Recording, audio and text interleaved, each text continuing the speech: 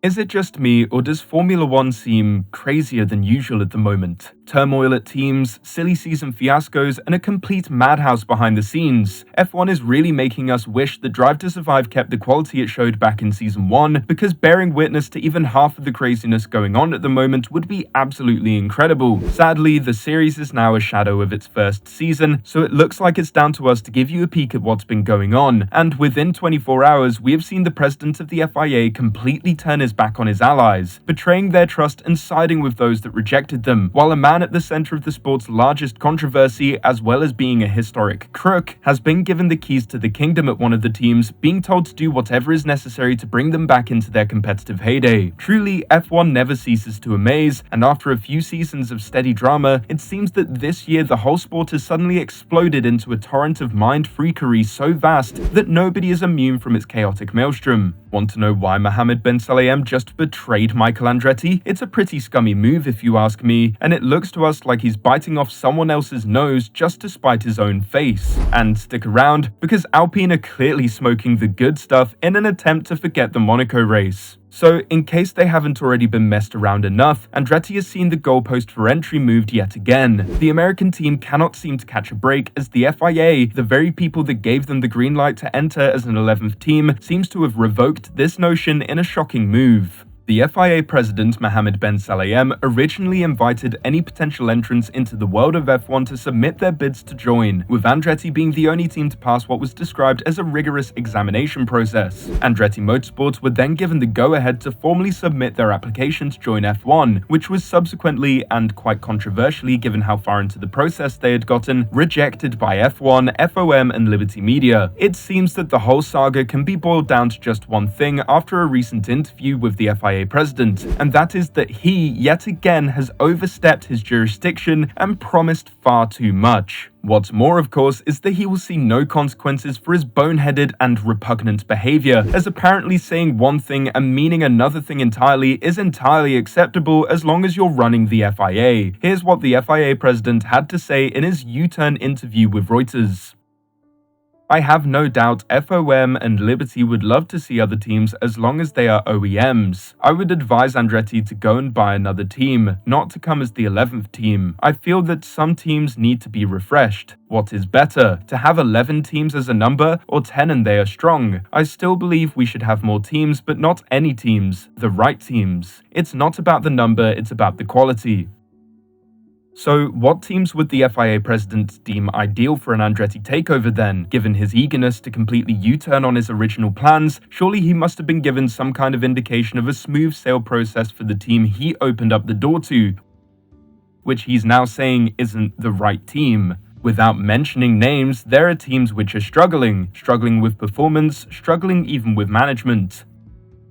Ah, great, that's really helpful, Mohammed. This is something tantamount to slamming the door that he opened up right on Michael Andretti's face, as currently there is no feasible way in for Andretti, it seems. If you look at the teams that Ben Sulayem would be insinuating, they all have points of contention that make an Andretti takeover impossible. For example, both the struggling Alpine and RB teams are the only ones who have openly discussed sales, and both of them necessitate the continued use of their current engine partners, Renault and Red Bull powertrains respectively, for the foreseeable future, long past the entry of General Motors, who the FIA president has now made clear are the only use he would see Andretti bringing to the table. It seems this U-turn amounts to a few things, with one being the money involved with guaranteeing GM's entry in the future, but another being far more insidious. Given all of the controversy surrounding Andretti's rejection and the growing involvement of the United States Congress in the matter, it seems that Mohammed Ben Sulayem is doing everything possible to spit-shine the shoes of American business interests, betraying the very team that he gave the green light to for its racing acumen just to support their rejection because GM wouldn't be ready yet. Suddenly moving the post from, yes, this team seems like they'd be good enough for F1 as is, to, you can join us as long as you're bringing your rich friend, is frankly bullshit, and a far cry from just a few years ago when the sport was so desperate for new teams that it let a tax-avoiding felon who can't even attend races outside of American soil onto the paddock, to bring further dishonor to the reputation of the sport with countless sponsorship scandals, dubious driver decisions, and frankly rock-bottom sporting performances if nothing else.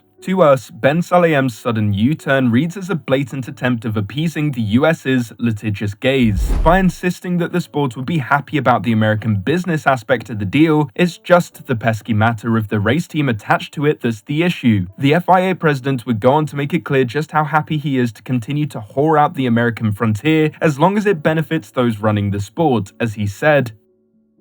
It's about having the right team, not to lose a chance or an opportunity where someone like GM with a power unit is coming into Formula 1. Imagine the impact. We have 3 races in America, we have such a huge fan base, but we don't have a proper US team. I'm so happy to have Ford in with Red Bull from 2026, but imagine having GM and imagine having American drivers.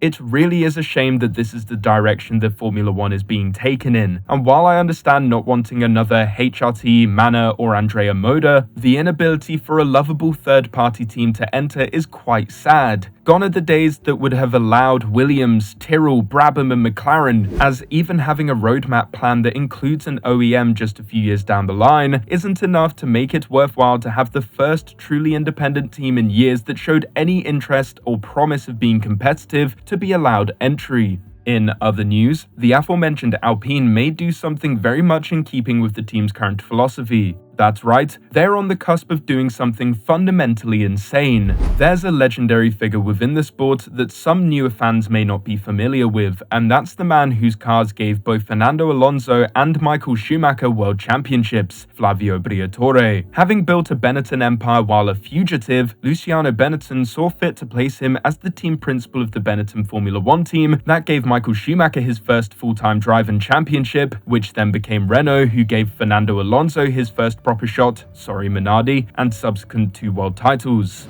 All sounds great, right? Well, that criminal past of Briatore's wasn't left in the 80s, as he was, along with recent Andretti hire Pat Simmons, at the center of the biggest controversy in the sport's history, Crashgate. Having been banned from the sport, a ban that was later lifted, and then dabbling in some light tax fraud accusations, Briatore has entered the twilight of his life now at 75 and fully taking advantage of his life of luxury. So, of course, this is the exact person that Renault wants to invite to head the Alpine project. Renault CEO Luca De Meo has reportedly requested Flavio Briatore return to the Enstone team in a supervisory role, basically serving as the man tasked to fix the structural issues at the team that has led them so astray in contrast to the golden age under Briatore's reign. So, what was his first bit of advice? Go get Adrian Newey. Honestly, we don't know what the hell they are huffing over there at Alpine, but if Adrian Newey goes to Alpine of all places, then I expect to see pigs flying past my window tomorrow and a very chilly looking Max Mosley as hell must have frozen over. All hyperbole aside, Briatore isn't the worst shout for an advisor, given his track record of success in the sport. However, he is a far cry from the complete overhaul needed at the Enstone team. The team has experienced an endemic lack of form for coming up to 2 decades now, with the team not placing any higher than 4th place in the constructors since Flavio's exit from the team under controversial circumstances post-Crashgate. Maybe Ocon's recent Monaco madness has pushed the team over the edge into full-on flight or fight mode, and what we are seeing is the team doing every last-ditch thing they can do to not fall even further from grace. However, if the only thing they're going to do is invite Flavio Briatore back to the team and getting him to show a bit of leg in the direction of Adrian Newey, then Alpine have truly lost it.